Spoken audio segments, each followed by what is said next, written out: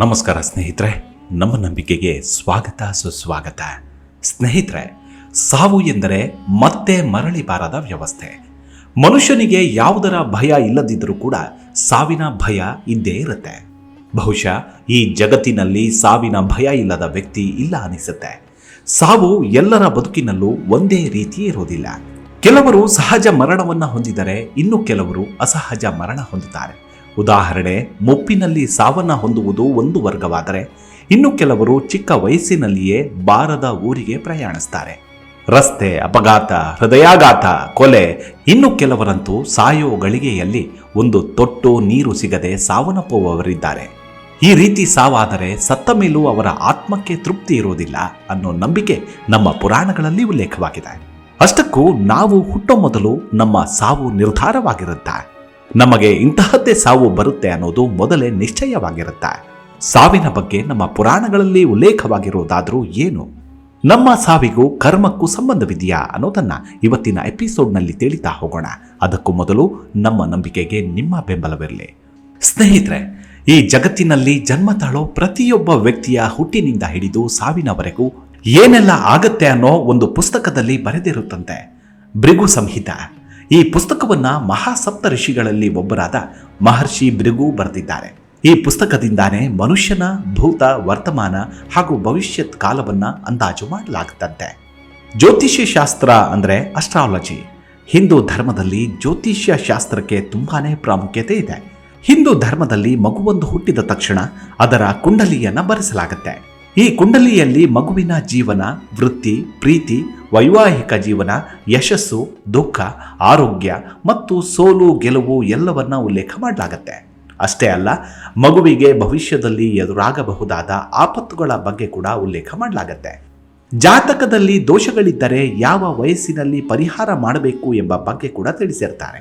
12 ರಾಶಿಗಳು, 9 ಗ್ರಹಗಳು ಮತ್ತು 27 ನಕ್ಷತ್ರಗಳು ಇವೆಲ್ಲವನ್ನ ಒಟ್ಟಾಗಿ ಭಾರತೀಯ ಜ್ಯೋತಿಷ್ಯ ಶಾಸ್ತ್ರ ಎಂದು ಕರೆಯಲಾಗುತ್ತೆ. ಆದರೆ ಈ ಎಲ್ಲವನ್ನು ಒಟ್ಟಾಗಿ ಜೋಡಿಸುವ ಒಂದು ವಿಚಾರವಿದೆ, ಅದೇ ಕರ್ಮ. ಕರ್ಮಣ್ಯೇ ವಾದಿಕಾರಸ್ತೆ ಮಾ ಫಲೇಶು ಗದಾಚನ. ಭಗವದ್ಗೀತೆಯಲ್ಲಿ ಶ್ರೀಕೃಷ್ಣನು ಅರ್ಜುನನಿಗೆ ಹೀಗೆಂದು ಹೇಳ್ತಾನೆ, ಅರ್ಜುನ, ನೀನು ಕರ್ಮವನ್ನ ಮಾಡು, ಆದರೆ ಫಲದ ನಿರೀಕ್ಷೆ ಇಟ್ಟುಕೊಳ್ಳಬೇಡ ಎಂದು. ಯಾಕಂದ್ರೆ ನಾವು ಮಾಡೋ ಒಳ್ಳೆಯ ಹಾಗೂ ಕೆಟ್ಟ ಕರ್ಮಗಳಿಗೆ ನಾವೇ ಹೊಣೆಗಾರರಾಗಿ ಇರ್ತೇವೆ. ಹಾಗೂ ನಮ್ಮ ಕರ್ಮ ನಮ್ಮ ಮೇಲೆ ನಿರ್ಧರಿತವಾಗಿರುತ್ತೆ. ನಾವು ಮಾಡೋ ಕರ್ಮಗಳಿಗೆ ಎಷ್ಟು ಶಕ್ತಿ ಇರುತ್ತೆ ಅಂದ್ರೆ ಅದು ನಮ್ಮ ಕುಂಡಲಿಯ ದಿಕ್ಕನ್ನು ಬದಲಿಸಬಲ್ಲದು.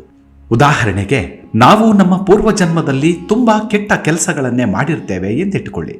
ಅದರ ಕರ್ಮ ಫಲವನ್ನ ಈ ಜನ್ಮದಲ್ಲಿ ನಾವು ಪಡೆಯಬೇಕಾಗತ್ತೆ. ಆದರೆ ಒಂದು ವೇಳೆ ಈ ಜನ್ಮದಲ್ಲಿ ಒಳ್ಳೆಯ ಕೆಲಸ ಕಾರ್ಯಗಳನ್ನು ಮಾಡಿದರೆ ಖಂಡಿತವಾಗ್ಲೂ ನಮ್ಮ ಬದುಕಿನಲ್ಲಿ ಎಲ್ಲವೂ ಒಳ್ಳೆಯದಾಗತ್ತೆ. ಒಂದು ವೇಳೆ ನಾವು ಪೂರ್ವದಲ್ಲಿ ಒಳ್ಳೆಯ ಕೆಲಸಗಳನ್ನು ಮಾಡಿದ್ದು ಈ ಜನ್ಮದಲ್ಲಿ ನಮಗೆ ಎಲ್ಲವೂ ಒಳ್ಳೆಯದಾಗತ್ತೆ ಎಂದುಕೊಳ್ಳುವುದಕ್ಕೆ ಆಗುವುದಿಲ್ಲ. ಒಂದು ವೇಳೆ ಈ ಜನ್ಮದಲ್ಲಿ ನಾವು ಕೆಟ್ಟದ್ದೇ ಮಾಡುತ್ತಿದ್ದರೆ ಅದರ ಕರ್ಮ ಫಲವನ್ನು ಖಂಡಿತವಾಗ್ಲೂ ಅನುಭವಿಸ್ತೀವಿ. ಇನ್ನು ಮನುಷ್ಯ ಹುಟ್ಟುವ ಸಮಯ, ಆತನ ಸಾವಿನ ಸಮಯ, ಯಾವ ರೀತಿಯ ಸಾವನ್ನ ಆತ ಹೊಂದುತ್ತಾನೆ ಅನ್ನೋದು ಮೊದಲೇ ನಿರ್ಧಾರವಾಗಿದ್ದರೂ ಕೂಡ ಆತನ ಜೀವನ ಹೇಗಿರುತ್ತೆ ಅನ್ನೋದನ್ನೇ ಕರ್ಮವೇ ನಿರ್ಧರಿಸುತ್ತಂತೆ. ನಿಮಗೆ ಗೊತ್ತಾ, ಗ್ರಹಗಳ ಚಲನೆ ಅಂದರೆ ಅವುಗಳ ದಿಕ್ಕುಗಳಲ್ಲಿ ಆಗುವ ಬದಲಾವಣೆ ಕೂಡ ನಮ್ಮ ಮೇಲೆ ನೇರ ಪರಿಣಾಮವನ್ನು ಬೀರುತ್ತೆ. ರಾಹುವಿನ ವಕ್ರದೃಷ್ಟಿ ನಮ್ಮ ಮೇಲಿದೆ. ಸದ್ಯ ಶುಕ್ರ ದೆಸೆ ನಡೆಯುತ್ತಿದೆ. ಸಾಮಾನ್ಯವಾಗಿ ನಾವು ಜ್ಯೋತಿಷ್ಯರ ಬಳಿ ಜಾತಕವನ್ನು ತೋರಿಸುವುದಕ್ಕೆ ಹೋದಾಗ ಈ ರೀತಿಯ ಮಾತುಗಳನ್ನು ಕೇಳ್ತೇವೆ. ಪಂಡಿತರು ನಮ್ಮ ಜಾತಕ ನೋಡಿ ಮುಂದಾಗೋ ಆಪತ್ತು ಅಥವಾ ಒಳ್ಳೆಯ ವಿದ್ಯಮಾನಗಳ ಬಗ್ಗೆ ವಿವರಣೆಯನ್ನು ನೀಡ್ತಾರೆ.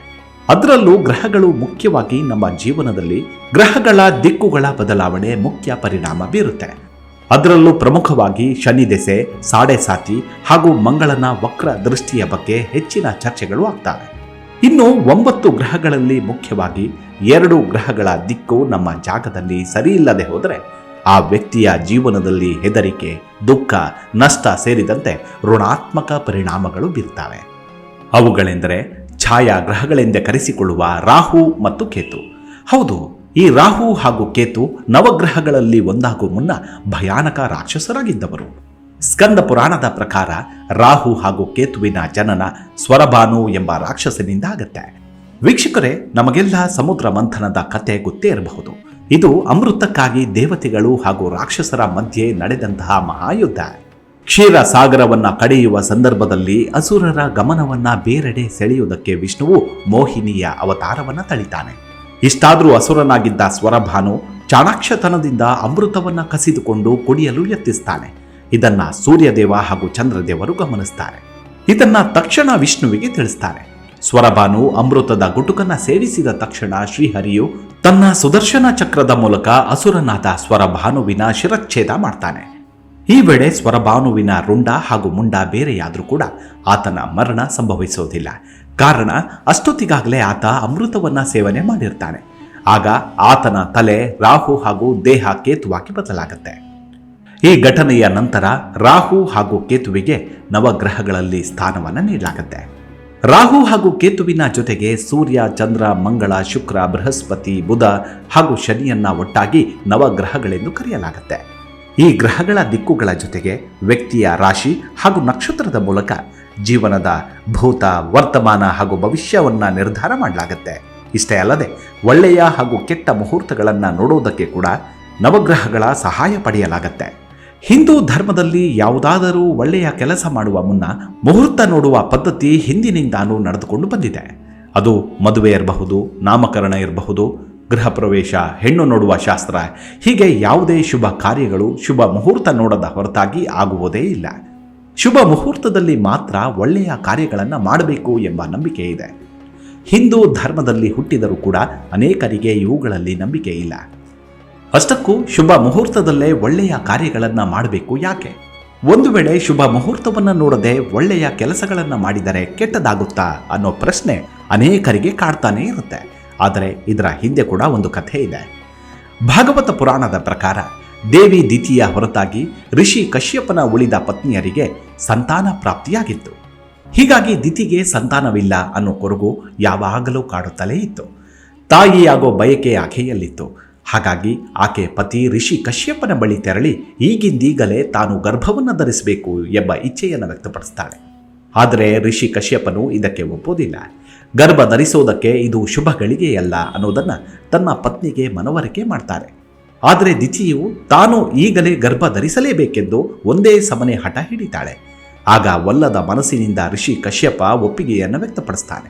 ಹೀಗೆ ದಿತಿಯು ಗರ್ಭ ಧರಿಸ್ತಾಳೆ ಹಾಗೂ ಕೆಲ ಸಮಯದಲ್ಲಿ ಅವಳಿ ಜವಳಿ ಗಂಡು ಮಕ್ಕಳಿಗೆ ಜನ್ಮವನ್ನು ನೀಡ್ತಾಳೆ. ಆದರೆ ಈ ಮಕ್ಕಳು ಮನುಷ್ಯರಾಗಿ ಇರೋದಿಲ್ಲ, ಬದಲಾಗಿ ರಾಕ್ಷಸರಾಗಿರ್ತಾರೆ. ಅವರೇ ಹಿರಣ್ಯಕಶಿಪು ಹಾಗೂ ಹಿರಣ್ಯಾಕ್ಷ. ಇಂತಹ ಖತರ್ನಾಕ್ ರಾಕ್ಷಸರು 3 ಲೋಕಗಳಲ್ಲಿ ಸೃಷ್ಟಿಸಿದ ಸಂಕಷ್ಟ ಸಮಸ್ಯೆ ಅಷ್ಟಿಷ್ಟಲ್ಲ. ಕೊನೆಗೆ ಇವರ ನಾಶಕ್ಕೆ ವಿಷ್ಣುವು ನರಸಿಂಹ ಹಾಗೂ ವರಹ ಅವತಾರವನ್ನು ತಾಳಬೇಕಾಯಿತು. ದಿತಿಯು ಅಶುಭ ಮುಹೂರ್ತದಲ್ಲಿ ಗರ್ಭಧರಿಸಿದ್ದೇ ಇಷ್ಟೆಲ್ಲ ಅವಾಂತರಗಳಿಗೆ ಕಾರಣವಾಯಿತು ಅಂತ ಹೇಳಲಾಗತ್ತೆ. ಹೀಗಾಗಿ ಹಿಂದೂ ಧರ್ಮದಲ್ಲಿ ಶುಭ ಕಾರ್ಯಗಳು ನಡೆಯಬೇಕಾದ್ರೆ ಮುಹೂರ್ತ ನೋಡುವುದು ತುಂಬಾನೇ ಮುಖ್ಯವಾಗತ್ತೆ.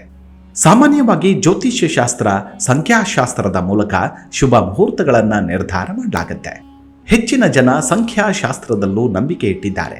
ಇದು ಜನನ ದಿನ, ಜನನ ಸಮಯ ಹಾಗೂ ಜನನ ವರ್ಷವನ್ನು ಗಮನದಲ್ಲಿಟ್ಟುಕೊಂಡು ಸಂಖ್ಯೆಯ ಮೂಲಕ ಲೆಕ್ಕಾಚಾರ ಮಾಡಲಾಗುತ್ತೆ. ನಿಮಗೆ ಗೊತ್ತಾ, ಜ್ಯೋತಿಷ್ಯ ಶಾಸ್ತ್ರ ಮತ್ತು ಸಂಖ್ಯಾಶಾಸ್ತ್ರದ ಹೊರತಾಗಿಯೂ ಕೂಡ ಮುಹೂರ್ತವನ್ನು ನಿರ್ಧಾರ ಮಾಡಲಾಗುತ್ತೆ. ಹೌದು, ನಕ್ಷತ್ರ ನೋಡುವ ಮೂಲಕ ಶುಭ ಮುಹೂರ್ತವನ್ನು ನಿರ್ಧಾರ ಮಾಡಬಹುದು. ವೈದಿಕ ಶಾಸ್ತ್ರದಲ್ಲಿ 27 ನಕ್ಷತ್ರಗಳ ಬಗ್ಗೆ ಉಲ್ಲೇಖ ಮಾಡಲಾಗಿದೆ. ನಮ್ಮ ಗ್ರಂಥಗಳ ಪ್ರಕಾರ ಈ 27 ನಕ್ಷತ್ರಗಳು ಚಂದ್ರದೇವನ 27 ಪತ್ನಿಯರನ್ನ ಪ್ರತಿನಿಧಿಸುತ್ತಂತೆ. ಕಥೆಗಳ ಪ್ರಕಾರ ಚಂದ್ರದೇವನ ಮದುವೆಯು ಪ್ರಜಾಪತಿ ದಕ್ಷನ 27 ಪುತ್ರಿಯರ ಜೊತೆ ನಡೆದಿತ್ತಂತೆ. ಆದರೆ ಚಂದ್ರದೇವನಿಗೆ ಈ 27 ಜನರಲ್ಲಿ ರೋಹಿಣಿ ಎಂದರೆ ಬಲು ಪ್ರೀತಿ. ಹೀಗಾಗಿ ಉಳಿದ 26 ಪತ್ನಿಯರ ಮೇಲೆ ಚಂದ್ರದೇವ ಅಷ್ಟೊಂದು ಕಾಳಜಿ ಮಾಡುತ್ತಿರಲಿಲ್ವಂತೆ. ಅವರನ್ನ ತಿರಸ್ಕಾರ ಭಾವದಿಂದ ಕಾಣುತ್ತಿದ್ದನಂತೆ. ಹೀಗಾಗಿ ಚಂದ್ರದೇವನ 26 ಪತ್ನಿಯರು ತನ್ನ ತಂದೆ ದಕ್ಷನ ಬಳಿ ಈ ವಿಚಾರವನ್ನು ತಿಳಿಸಿ ತಮ್ಮ ನೋವನ್ನು ವ್ಯಕ್ತಪಡಿಸಿಕೊಳ್ತಾರೆ. ಆಗ ದಕ್ಷನು ಚಂದ್ರದೇವನನ್ನು ಕರೆದು ಎಲ್ಲರನ್ನೂ ಸಮಾನ ಭಾವದಿಂದ ಕಾಣುವಂತೆ ತಿಳಿಸ್ತಾನೆ. ಆದರೆ ಇದಕ್ಕೆ ಚಂದ್ರದೇವನು ಒಪ್ಪೋದಿಲ್ಲ. ಹೀಗಾಗಿ ಕೋಪಗೊಂಡ ದಕ್ಷ ಚಂದ್ರದೇವನಿಗೆ ಕಠಿಣವಾದ ಶಾಪವೊಂದನ್ನು ನೀಡ್ತಾನೆ. ಅದೇನೆಂದರೆ, ಸಮಯ ಕಳೆದಂತೆ ನಿನ್ನ ದೇಹದ ಗಾತ್ರ ಸಣ್ಣದಾಗುತ್ತಾ ಹೋಗುತ್ತೆ ಮತ್ತು ನಿನ್ನಲ್ಲಿರುವ ತೇಜಸ್ಸು ಹಾಗೂ ಹೊಳಪು ಮಾಸುವಂತಾಗಲಿ ಎಂದು. ಚಂದ್ರದೇವನಿಗೆ ಕೊಟ್ಟ ಈ ಶಾಪದಿಂದ ಇಡೀ ಭೂಮಂಡಲದಲ್ಲೇ ಸಮಸ್ಯೆಗಳು ಹೆಚ್ಚಾಗತೊಡಗಿದವು ಹಾಗೂ ಗ್ರಹಗಳ ಮೇಲೂ ಇದು ಪರಿಣಾಮವನ್ನು ಬೀರಿತು. ಇದರಿಂದ ದೇವತೆಗಳು ಕೂಡ ಚಿಂತಿತರಾಗ್ತಾರೆ. ಆಗ ದೇವತೆಗಳೆಲ್ಲರೂ ಪ್ರಜಾಪತಿ ದಕ್ಷನಲ್ಲಿ ಪ್ರಾರ್ಥಿಸಿ ತನ್ನ ಶಾಪವನ್ನು ಮರಳಿ ಪಡೆಯುವಂತೆ ವಿನಂತಿ ಮಾಡಿಕೊಳ್ತಾರೆ. ಆದರೆ ಪ್ರಜಾಪತಿ ದಕ್ಷನು ಶಾಪವನ್ನು ಹಿಂಪಡೆಯುವುದಕ್ಕೆ ಸಾಧ್ಯವಿಲ್ಲ ಎಂದು ಹೇಳ್ತಾನೆ ಮತ್ತು ಅದರ ಬದಲಾಗಿ ಶಾಪವನ್ನು ಕಡಿಮೆ ಮಾಡುತ್ತೇನೆ ಎಂದು ದೇವತೆಗಳಿಗೆ ಮಾತು ಕೊಡ್ತಾನೆ.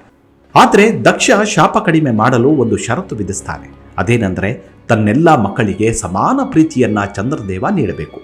ಇನ್ನು ಪ್ರಜಾಪತಿ ದಕ್ಷನ ಶಾಪದ ಪರಿಣಾಮ ಕಡಿಮೆ ಮಾಡಿದ್ರಿಂದ ಪ್ರತಿ 15 ದಿನಗಳ ಬಳಿಕ ಮತ್ತೆ ಚಂದ್ರ ತನ್ನ ಆಕಾರ ಮತ್ತು ತೇಜಸ್ಸನ್ನ ಮರಳಿ ಪಡೆಯುತ್ತಾನೆ. ವೇದಿಕ ನಕ್ಷತ್ರದ ಪ್ರಕಾರ ನಮ್ಮ ಜನನದ ಸಮಯದಲ್ಲಿ ಯಾವ ನಕ್ಷತ್ರದಲ್ಲಿ ಚಂದ್ರದೇವ ನೆಲೆಸಿರುತ್ತಾನೋ ಅದನ್ನ ನಮ್ಮ ನಕ್ಷತ್ರ ಎಂದು ನಿರ್ಧಾರ ಮಾಡಲಾಗುತ್ತೆ. ಈ ನಕ್ಷತ್ರದ ಪ್ರಕಾರ ನಮ್ಮ ಗುಣ, ಸ್ವಭಾವ, ಮಾತು ಹಾಗೂ ನಡವಳಿಕೆ ನಿರ್ಧಾರವಾಗುತ್ತಂತೆ. ಇನ್ನು ಮದುವೆಯ ಸಂದರ್ಭದಲ್ಲೂ ಕೂಡ ಇದರ ಸಹಾಯದಿಂದಲೇ ಗಂಡು ಹಾಗೂ ಹೆಣ್ಣಿನ ನಡುವಿನ ಹೊಂದಾಣಿಕೆ ಇದೆಯಾ ಅಂತ ತಿಳಿಯಲಾಗುತ್ತೆ. ಇನ್ನು ಯಜುರ್ವೇದ ಹಾಗೂ ಅಥರ್ವ ವೇದದಲ್ಲಿ ಈ 27 ನಕ್ಷತ್ರಗಳ ಹೆಸರನ್ನ ತಿಳಿಸಲಾಗಿದೆ. ಇನ್ನು ಯಾವುದೋ ಪ್ರಾಚೀನ ಗ್ರಂಥಗಳಲ್ಲಿ 28ನೇ ನಕ್ಷತ್ರದ ಬಗ್ಗೆ ಉಲ್ಲೇಖವನ್ನ ಕೂಡ ಮಾಡಲಾಗಿದೆ. ಅದುವೇ ಅಭಿಜಿತ್ ನಕ್ಷತ್ರ. ನಿಮಗೆ ಗೊತ್ತಾ, ಅಭಿಜಿತ್ ನಕ್ಷತ್ರ ಇತರ ನಕ್ಷತ್ರಗಳಿಗಿಂತ ವಿಭಿನ್ನವಾದದ್ದು. ಪಂಚಾಂಗದಲ್ಲಿ ಅಭಿಜಿತ್ ನಕ್ಷತ್ರಕ್ಕೆ ಪ್ರಮುಖ ಸ್ಥಾನವನ್ನು ನೀಡಲಾಗಿದೆ ಹಾಗೂ ಅಭಿಜಿತ್ ಮುಹೂರ್ತವನ್ನ ಅತ್ಯಂತ ಶುಭ ಮುಹೂರ್ತ ಅಂತಲೂ ಕರೆಯಲಾಗುತ್ತೆ. ಇದರ ಹಿಂದೆ ಕೂಡ ಒಂದು ಕಾರಣ ಇದೆ. ಭಗವದ್ಗೀತೆಯಲ್ಲಿ ಶ್ರೀಕೃಷ್ಣನು ಅರ್ಜುನನಿಗೆ ನಕ್ಷತ್ರಗಳಲ್ಲಿ ನಾನು ಅಭಿಜಿತ್ ನಕ್ಷತ್ರ ಎಂದು ಕೃಷ್ಣ ತಿಳಿಸ್ತಾನೆ. ಒಟ್ಟಿನಲ್ಲಿ ಒಂದು ಮಗು ಹುಟ್ಟಿದ ತಕ್ಷಣ ಅದರ ಜಾತಕ ಬರೆಸಿ ಯಾವ ರಾಶಿ ಯಾವ ನಕ್ಷತ್ರದಲ್ಲಿ ಹುಟ್ಟಿದೆ ಎಂಬುದರ ಜೊತೆಗೆ ಯಾವ ಗಣಕ್ಕೆ ಸೇರಿದೆ, ಮನುಷ್ಯ ಗಣವೋ ರಾಕ್ಷಸ ಗಣವೋ ದೇವಗಣವೋ ಒಳಿತೋ ಕೆಡುಕೋ ಎಂಬುದನ್ನು ಬಹಳ ಕಾತರದಿಂದ ನೋಡ್ತೇವೆ. ಮಗು ಯಾವ ಗಣದಲ್ಲಿ ಹುಟ್ಟಿರುತ್ತೋ ಅದಕ್ಕೆ ಅನುಗುಣವಾಗಿ ಗುಣವೂ ಇರುತ್ತದೆ ಎಂಬುದು ಜ್ಯೋತಿಷ್ಯದ ನಂಬಿಕೆ. ಜ್ಯೋತಿಷ್ಯ, ಮುಹೂರ್ತ, ಕುಂಡಲಿ ಅಥವಾ ಜಾತಕದ ಬಗ್ಗೆ ನಿಮ್ಮ ಅಭಿಪ್ರಾಯ ಏನು ಅನ್ನೋದನ್ನು ಕಾಮೆಂಟ್ ಮಾಡಿ ತಿಳಿಸಿ. ಹಾಗೆ ಜ್ಯೋತಿಷ್ಯ ಹಾಗೂ ತಂತ್ರಶಾಸ್ತ್ರದ ಬಗ್ಗೆ ಮತ್ತಷ್ಟು ಮಾಹಿತಿ ಬೇಕಾದಲ್ಲಿ ಡಿಸ್ಕ್ರಿಪ್ಷನ್ ಬಾಕ್ಸ್ನಲ್ಲಿ ಶ್ರೀನಿವಾಸ್ ಆಚಾರ್ಯರ ನಂಬರನ್ನು ಕೂಡ ನೀಡಲಾಗಿದೆ. ದಯವಿಟ್ಟು ಸಂಪರ್ಕಿಸಿ ತಮಗೆ ಬೇಕಾದ ಮಾಹಿತಿಯನ್ನು ಪಡೆದುಕೊಳ್ಳಿ. ಮುಂದಿನ ಎಪಿಸೋಡ್ನಲ್ಲಿ ಮತ್ತೆ ಭೇಟಿಯಾಗೋಣ. ಅಲ್ಲಿವರೆಗೂ ನಿಮ್ಮ ಆರೋಗ್ಯದ ಕಡೆ ಗಮನವಿರಲಿ. Take care. ನಮಸ್ಕಾರ.